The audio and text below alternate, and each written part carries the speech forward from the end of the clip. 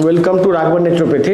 आज बात करेंगे, बहुत सारे लोग को गैस की समस्या है। गैस, पेट में गैस बनता है, एसिडिटी होता है और वो बहुत लंबे समय से गैस की दवा खा रहे हैं। पेंटोप्राजोल, एसिलॉक और भी बहुत सारा दवाई है जो कि मतलब नाम अलग अलग है, लेकिन बेसिकली यही दोनों मेन दवाई है। और उसका प्रॉब्लम उससे कुछ सॉल्व भी हो जाता है और सोचते हैं वो कि हम तो खाना ही गड़बड़ खा रहे हैं, इसीलिए गैस हमको हो जाता है। बहुत आदमी ऐसा भी है जो कि बिल्कुल ही खाने में ध्यान रखता है, लेकिन उसके बावजूद भी उसको गैस हो जाता है और गैस का एसिडिटी का रेगुलर वो शिकार रहता है। फिर वो धीरे धीरे करके उसमें से ज़्यादातर लोग को IBD होता है, इन्फ्लामेटरी बाउल डिजीज का शिकार होता है, और फिर बाद में उसमें से कुछ % पेप्टिक अल्सर वगैरह का शिकार होता है। ये तो पेट का बीमारी हुआ।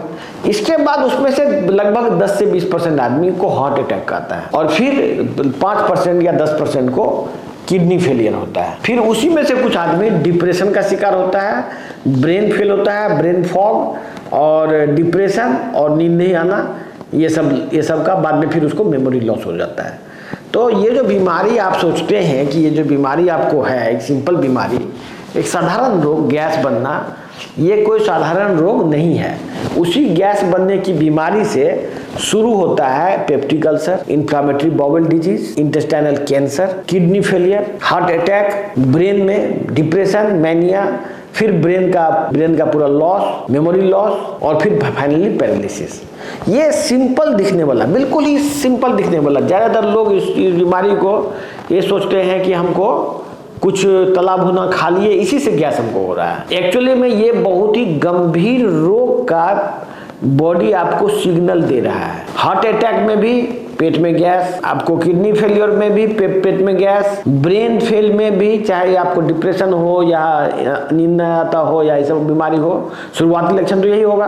बाद में फिर ब्रेन में पैरालिसिस मारेगा, पूरा शरीर पैरालाइज करेगा। अचानक जो स्ट्रोक मार देता है, आप देखते होंगे बहुत लोगों को अचानक स्ट्रोक मार देता है, पूरा बॉडी पैरालाइज हो जाता है। तो क्या स्ट्रोक उसी समय खाली मारता है? उसको बरसों से बीमारी को चला रहा है। उसको पहले पेट में गैस आया होगा, फिर वो उसको नज़रअंदाज करके उछला होगा, फिर बाद में उसको अल्टीमेटली ब्रेन में स्ट्रोक होता है, पूरा बॉडी पैरालाइज कर जाता है। तो ये बीमारी जो बिल्कुल ही साधारण दिखता है, बिल्कुल ही साधारण, जो आप डॉक्टर के पास जाएंगे, ज़्यादातर एलोपैथिक डॉक्टर आपको इसके बारे में एक ही बात बोलेगा, गैस की दवा ले लीजिए। अरे भाई, गैस की दवा ही लेना है तो कोई भी आदमी दुकान में जाकर खरीद लेगा।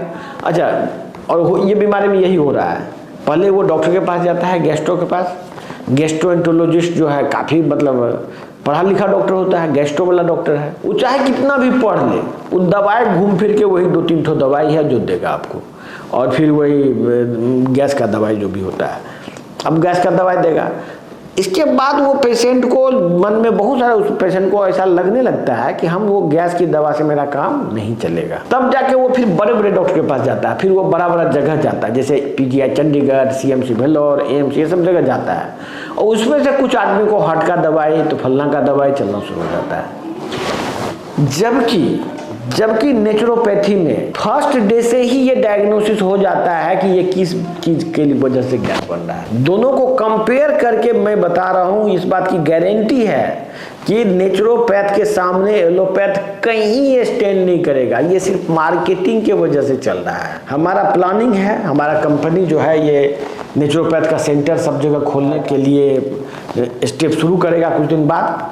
हमारे साथ बहुत सारे डॉक्टर सब जुड़ गए हैं इसी YouTube चैनल और Facebook के थ्रू। बहुत सारे डॉक्टर्स ने हमारे साथ कांटेक्ट किया है। अब हम लोग उन लोगों का ट्रेनिंग शुरू करेंगे। ट्रेनिंग होने के बाद उसको सब जगह प्लेस किया जाएगा। इस वीडियो को जो भी देख रहे हैं, इसको लोगों तक को शेयर कीजिए, जिससे लोग को समझ में आए कि ये जो नेचुरोपैथी विज्ञान है ये एलोपैथिक से सुपीरियर है। ये चीज़ लोगों को समझ में आए, यही उद्देश्य है। राघवन नेचुरोपैथी का एक ही उद्देश्य है कि इसमें जो भी डॉक्टर जुड़ेंगे, हमारा कोशिश रहेगा कि उस डॉक्टर को एलोपैथिक डॉक्टर से ज़्यादा इज्जत, ज़्यादा प्रतिष्ठा, ज़्यादा समाज में नाम और ये इज्जत हो, इसके लिए हम लोग इंश्योर करेंगे। हमारा कंपनी इसी काम के लिए बना है और हम इसी काम के लिए आगे बढ़ रहे हैं। धन्यवाद।